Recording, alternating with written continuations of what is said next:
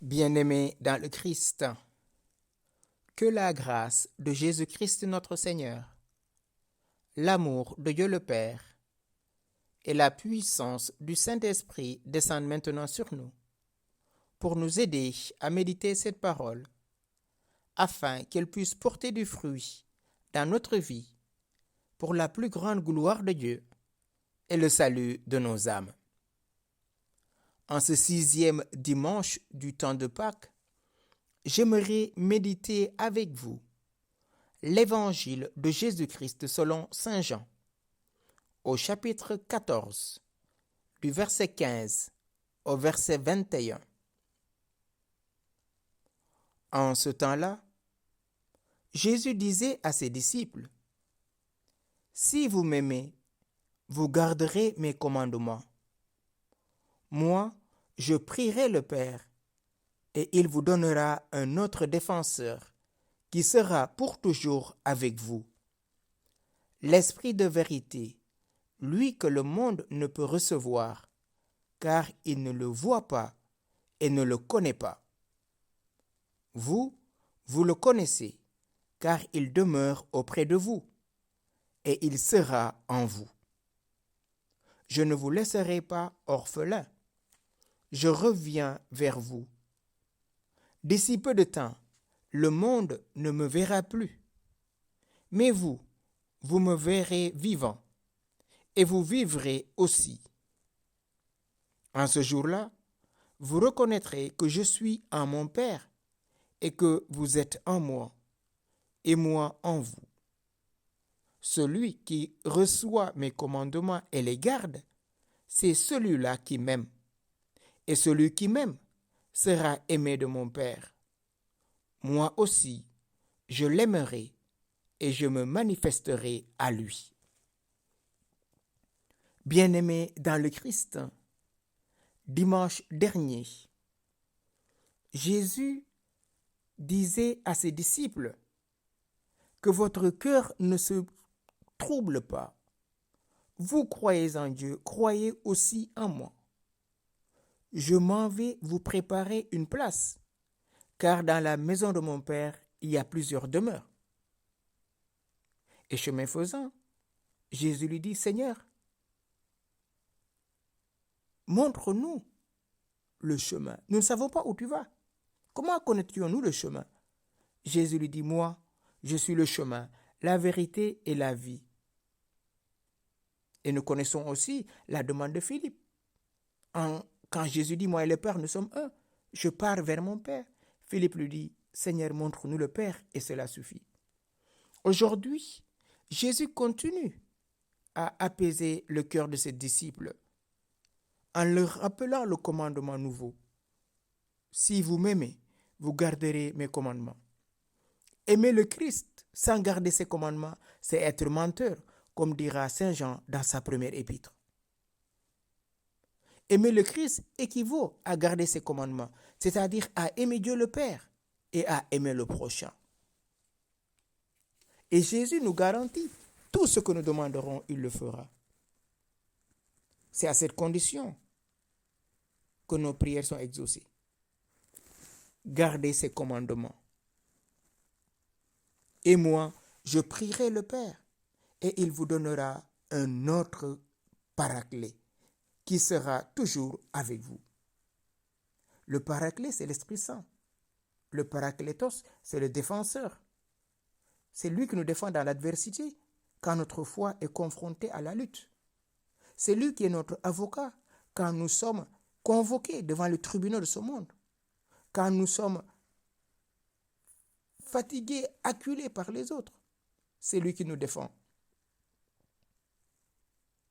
Demandons à cet Esprit Saint de nous fortifier. En latin, le paraclet veut dire avocat. Et Saint Jean dit du Sauveur, nous avons un avocat auprès du Père. Jean au chapitre 1. Jésus est notre avocat auprès du Père. Cet avocat est consolateur. Il va nous consoler dans les afflictions, dans les tristesses. C'est lui qui va disposer notre cœur à être fortifié par sa présence. L'Esprit Saint, Jésus dit, je prierai le Père, il vous donnera un autre défenseur, parce qu'il sait qu'il va partir, il va rentrer dans sa passion, il va mourir. Mais comme il le dit lui-même, je ne vous laisserai pas orphelin. L'orphelin, c'est celui qui a perdu un parent, soit papa ou maman. Et donc, il y a quelque chose dans l'ordre de l'amour qui est diminué. Jésus sait que son départ vers le Père va attrister, va troubler le cœur de ses disciples. Mais il ne le laisse pas seul. Je prierai mon Père pour rendre ses paroles plus dignes de foi, car il savait tout simplement, et il l'avait déjà dit, je vous enverrai un autre consolateur. Il ne l'aurait pas cru facilement, mais cela va se manifester à la Pentecôte. Pour montrer que ses œuvres ne sont point distinctes de celles du Père, il dit, lorsque je m'en serai allé, je vous l'enverrai. Parce qu'il le dit lui-même, l'Esprit de vérité, lui que le monde ne peut recevoir, car il ne le voit pas et ne le connaît pas. Le monde, c'est le monde du péché, c'est le monde des ténèbres qui refuse la lumière du Verbe fait chair, qui vient éclairer tout homme. Le monde, c'est le monde qui rejette Dieu. Et si le monde rejette Dieu, il ne peut pas recevoir la consolation de Dieu. Je ne vous laisserai pas orphelin, je reviens vers vous. Jésus, par le fait même, annonce sa résurrection. Il va partir par le mystère de sa mort, mais il va revenir par sa résurrection. Il leur promet que l'Esprit Saint demeurera avec eux éternellement, parce qu'il ne les quittera même pas après leur mort. Et il leur enseigne indirectement, par là même, que l'Esprit Saint ne doit ni souffrir la mort comme lui, ni se séparer d'eux. C'est pour ça qu'il dit, il demeurera avec vous pour toujours. D'ici peu de temps, le monde ne me verra plus, mais vous, vous me verrez vivant, et vous vivrez aussi. Le monde ne me verra plus, parce que le monde va tuer Dieu, mais vous, vous me verrez, parce qu'il va apparaître à ses disciples. Et il apparaît à chacun de nous à travers les sacrements, et il est avec nous jusqu'à la fin des temps. Jésus l'appelle l'Esprit de vérité, parce que c'est lui qui nous révèle le sens des figures de la parole de Dieu, de l'Écriture. Le monde ici, ce sont les méchants, ce sont les gens qui ne croient pas à Dieu et qui persécutent les croyants. L'Esprit Saint est appelé l'Esprit de vérité, parce qu'il procède du Père et du Fils. Et il nous dit tout ce que Jésus nous a dit. Il nous le redonne. Parce que Jésus, il prendra ce qui est à moi et vous le révélera. Dès que l'Esprit Saint remplit l'âme d'une personne, il excite en elle un ardent désir des biens invisibles. Vous êtes dans le monde, mais vous êtes plus du monde, dira Jésus dans sa prière au chapitre 17. Père, garde mes disciples en ton nom. En ce jour-là, vous connaîtrez que je suis en mon Père et que vous êtes en moi. Voilà ce que Jésus a prié dans l'évangile de Jean chapitre 17 avant d'entrer dans sa passion. Père, je prie pas pour le monde, mais je prie pour ce que tu m'as donné, afin que là où je suis, eux aussi soient avec moi. C'est pour ça, dimanche dernier, il nous disait, je pars vous préparer une place.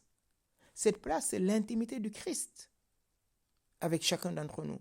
Et c'est cette intimité qui nous introduit dans l'intimité de la Trinité. Par le mystère de l'incarnation, la nature humaine est appelée à partager la gloire de Dieu. En effet, plus les âmes seront élevées, chercheront la gloire de Dieu, plus elles éviteront et rejetteront les choses mondaines.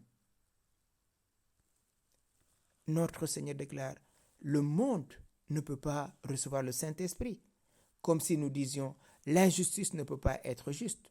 Le monde, donc, c'est-à-dire ceux qui aiment le monde, ne peuvent recevoir l'Esprit Saint, ceux qui vivent dans la chair, comme dira Paul dans sa lettre aux Galates au chapitre 5. Ceux qui sont dans l'idolâtrie, ceux qui sont dans la fornication, ceux qui sont dans l'adultère et tous les autres péchés mortels ne peuvent pas recevoir le Saint-Esprit. Mais pour vous, vous le connaîtrez parce qu'il demeure au milieu de vous. Esprit Saint, viens à nos cœurs. Viens nous embraser du feu de ton amour. En ces quelques jours qui nous disposent à vivre la Pentecôte, donne-nous de nous tourner vers toi, parce que c'est toi le doigt de la main du Père. C'est toi son authentique promesse. C'est toi qui demeures en chaque baptisé. S'il te plaît, réveille ta vaillance. Viens tourner nos cœurs vers le Christ. Viens tourner notre cœur vers le Père et rends-nous dociles à tes célestes motions. Ne nous laisse pas appesantis par le péché. Ne nous laisse pas sombrer dans les ténèbres du mal. Mais viens, toi le doux hôte de nos âmes, viens nous embraser du feu de ton amour. Esprit Saint, toi que Jésus a promis, je vous enverrai un autre paraclet. Viens, ô paraclet, consoler tous les cœurs meurtris. Viens, ô paraclet, défendre tous ceux qui sont persécutés à cause de leur foi en Christ. Tous ceux qui ont choisi de marcher dans la chasteté de l'amour, dans la pureté de l'amour, dans la vérité, dans la lumière, et qui sont persécutés dans leur lieu de travail, qui sont persécutés dans leur famille. Donne-leur la force, donne-leur la paix, maintenant et pour les siècles des siècles. Amen.